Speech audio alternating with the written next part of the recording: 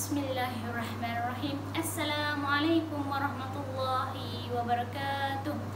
Okey, saya Nur Syazwani binti Rosmawi. Jika nak buat wasiat, hibah ataupun nak buat penyelesaian harta yang terbeku ataupun nak buat pengiraan faraid, nak saya ajarkan tentang kira-kira faraid, bolehlah hubungi saya di talian 0112555169. Okey, semalam saya ada mendapat satu soalan daripada TikTok saya. Okey, soalannya begini. Lelaki si mati, lelaki bujang meninggal, saya tak payah cakap lah bila dia meninggal pada tahun 2024 ini. Dan dia meninggalkan, okey, kita tengok dulu first sekali, ibu dengan bapa. Bapa dia ibu. Kedua-dua ibu dan bapa ini telah meninggal dunia, mati dahulu.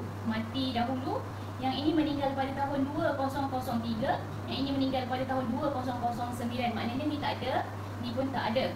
Jadi apabila dia seorang yang bujang, dia seorang yang belum berkahwin, tak ada keturunan di bawah, tak ada pasangan dan tak ada ibu dan bapa, bermakna dia tak ada keturunan yang utama, keturunan yang first kali. Yang first kali kita tengok keturunan yang pertama, seperti yang saya cakap, 6 golongan, iaitu suami ataupun isteri.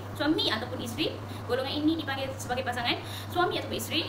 Kedua adalah ibu, bapa, anak lelaki dan anak perempuan. Semua enam ini tak ada untuk lelaki ini. Jadi kita kena beralih kepada datuk dan nenek. Datuk dan nenek tak ada juga. Untuk keturunan ke bawah memang dia tak ada sebab dia tidak berkahwin. Jadi kita kena tengok keturunan ke sisi, keturunan ke tepi dia. Keturunan sisi dia ada saudara seibu sebapa, iaitu adik-beradik. Ini saya tak bawah sikit. Adik-beradik kandung dia ada seorang lelaki, satu perempuan, satu lelaki. Seorang adik-beradik kandung lelaki, seorang adik-beradik kandung perempuan.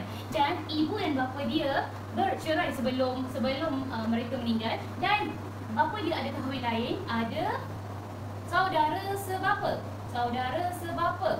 Ada 2 orang lelaki.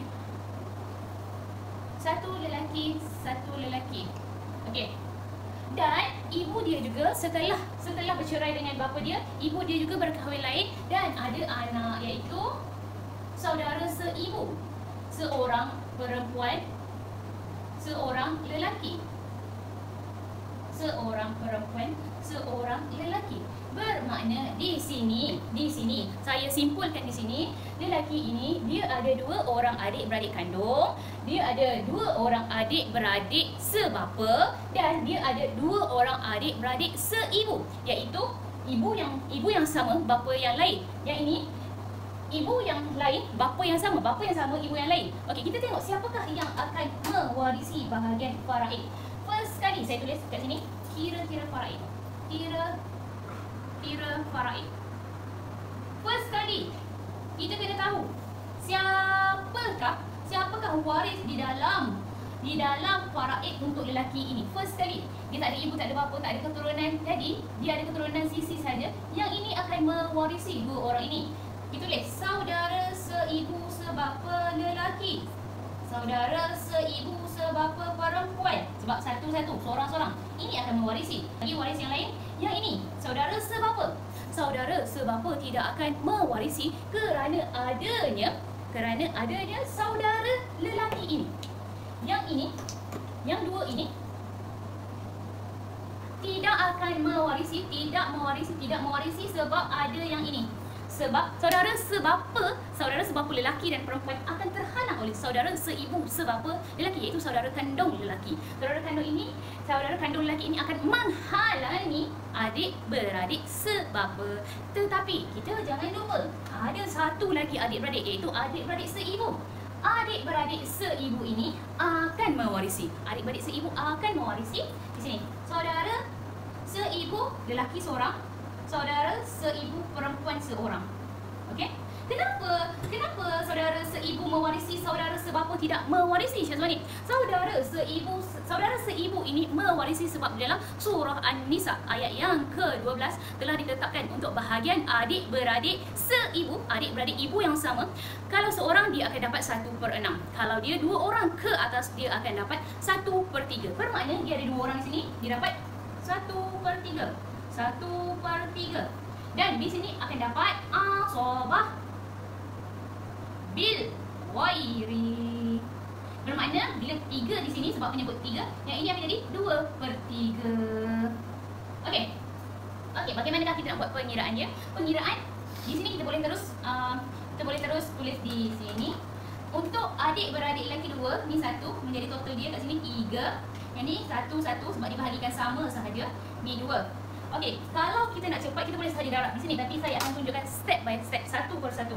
3 darab dengan 3 ini. Sebab apa? 2 ni tak boleh nak bahagikan kepada adik-beradik kandung ini. Jadi 3 darab dengan 3 di sini menjadi 9. Untuk adik-beradik lelaki 2 menjadi 4 di sini. 1 darab dengan 2 menjadi 2 di sini. Dan untuk adik-beradik dia masih tidak boleh bahagi sebab 1 darab dengan 3. 1 darab dengan 3 menjadi 3. Okey?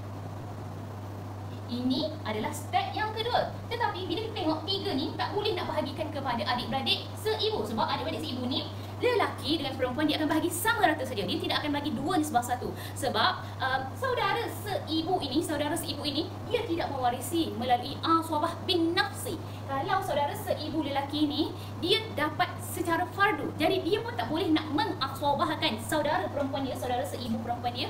Jadi di sini dia tetap membahagikan secara sama rata. Sebab di dalam Al-Quran juga telah menulis sama rata sahaja untuk saudara seibu lelaki, saudara seibu perempuan. Okey, di sini jadi kita kena darab 3 ni, kita kena darabkan dengan 2 ni. Jadi 9 ni juga darab dengan 2 menjadi 18. Yang ni mendarab 4 darab dengan 2 ni jadi 8. Yang ni 2 darab dengan 2 jadi 4. Yang ni kita terus darabkan 3 darab dengan 2 menjadi 6. Kita terus bahagikan di sini jadi 3. Apabila kita tambah menjadi 18 semula. Yang ni 8/18, 4/18, 3/18 dan 3/18. Jadi ini adalah penyelesaian untuk kes faraid yang ditanya oleh saya melalui mesej di TikTok. Semoga penerangan ini memberi manfaat kepada cik yang bertanya. Ia memberi manfaat. Dan untuk kes KWSP yang cik tanyakan ini, dia hanyalah perlu dibahagikan secara seperti ini untuk waris-waris ini. Dia tidak termasuk waris-waris yang lain. Semoga video ini bermanfaat dan memberi faedah. Sekiranya ada persoalan faraid, hibah, wasiat, nak buat harta pusaka terbeku, bolehlah hubungi saya di talian 011255551269. Untuk hari ini setakat ini dahulu. Semoga ia bermanfaat. Assalamualaikum warahmatullahi wabarakatuh.